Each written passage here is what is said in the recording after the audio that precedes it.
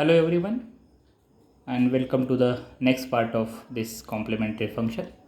So the third part we are going to study is imaginary part. Means first we solve the problems or we see the concept of complementary function where roots are real and repeated and not repeated. Now here the next part is roots of auxiliary equation. Roots are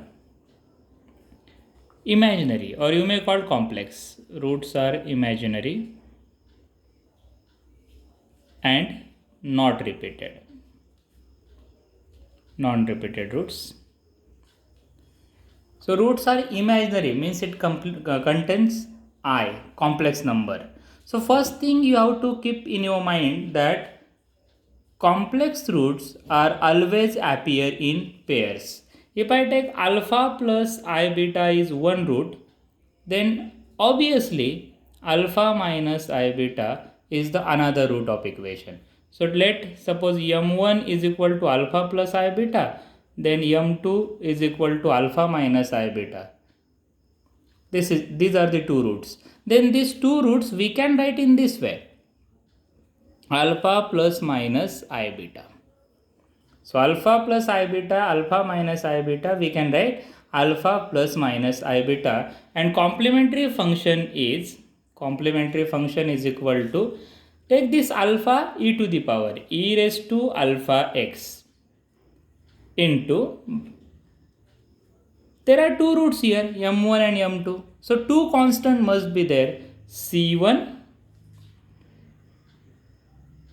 cos beta x, this imaginary part, plus c2 sin beta x. Using our first part we can prove this, but the proof is not essential here, so I directly write down the formula. Complementary function is equal to e raised to alpha x c1 cos beta x plus c2 sin beta x. If somebody want to prove, then I can give you the hint or I will give the proof also. See here, suppose my complementary function is c1 e raised to alpha x m1 x plus c2 e raised to m2x, then this is equal to c1 e raised to, m1 means alpha plus I beta into x plus c2 e raised to alpha minus I beta into x. If I simplify this, I get e raised to alpha x common. What remains? c1 e raised to I beta x plus c2 e raised to minus I beta x. Isn't it? Now I can use e raised to I theta is equal to cos theta plus I sin theta. For minus I theta, e raised to minus I theta, we can write cos theta minus I sin theta. So using that, I can get e raised to alpha x in bracket c1 cos beta x plus I sin beta x plus c2 cos beta x minus I sin beta x. Understood it? Just type substitute the values. Now collect the coefficient e raised to alpha x in bracket c1 plus c2. See here, c1 cos beta x, c2 cos beta x, c1 plus c2 cos beta x plus I c1 minus c2, this term, sin beta x, right? So c1 is constant, c2 is constant, replaced by another constant. So I get e raised to alpha x, c1 plus c2 I can call c1 dash cos beta x plus c2 dash sin beta x. So instead of using dash, I write in this way: e raised to alpha x c1 e raised to alpha x, the first one, e raised to alpha x c1 cos beta x plus c2 sin beta x. So in this way we get, when roots are imaginary, then we get the answer. Okay. Suppose roots are imaginary and repeated.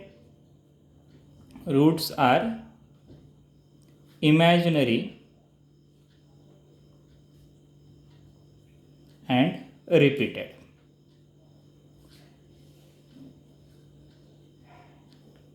If the roots repeated, we know that if 2 times repeated we take c1x plus c2, 3 times repeated we take c1x square plus c2x plus c3, like that. You use the same formula here, e raised to alpha x c1x plus c2 cos beta x plus c3x plus c4 sin beta x. Same formula, only c1x plus c2, like that. If 3 times repeated, then we write e raised to alpha x c1x square plus c2x plus c3 cos beta x plus c4x plus c4x square plus c5x plus c6 sin beta x. In this way, we can solve our problem.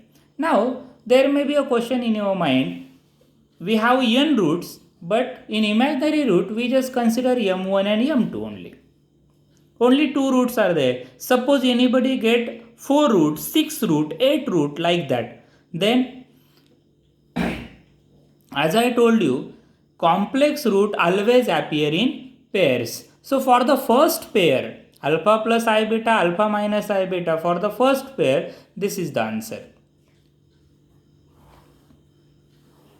E raised to alpha x. For C2, C1 cos beta x plus C2 sin beta x. For second pair, apply the same plus sign and another one. Just like I will show you. See, for example, if I have 1 plus I, 1 minus I, 2 plus 3I, 2 minus 3I, plus minus I, plus I and minus I, plus I and minus I. So these are the roots. How many roots are there? 1, 2, 3, 4, 5, 6. 6 roots are there, right? And all are distinct. You can check. All numbers are distinct. So in this case, we just pair these two first. I get 1 plus minus I. Okay? These two we can make a pair. 2 plus minus 3I. And these two we can pair plus minus I. Okay? Now, how we write it? 1 plus minus I. This 1 we can take e to the power. So, to write a CF, we just write in this way. 1 e raised to power. So, e raised to x. In bracket, C1. What is the coefficient of I? Coefficient of I is 1. So, C1 cos x. Beta x, right? Cos x. Beta, value of beta is 1. Plus C2 sin x. Plus. Answer of this first one is over. Now, 2 plus 3i. How I write this 2 plus 3i? E raised to 2x. E raised to 2x. C1 cos, yes, coefficient of I is 3. 3x. Plus, but C1, C2 already used. So, I have to take C3. Then C4 sin 3x. Understood? Plus. Now here plus minus I. So I can write this as plus minus I at 0 plus minus I. So e raised to 0. E raised to 0 is 1. So I get only C5 cos x plus C6 sin x. Right? So in this way we can solve the problems. So actual calculation we will see in our next video. Thanks for watching.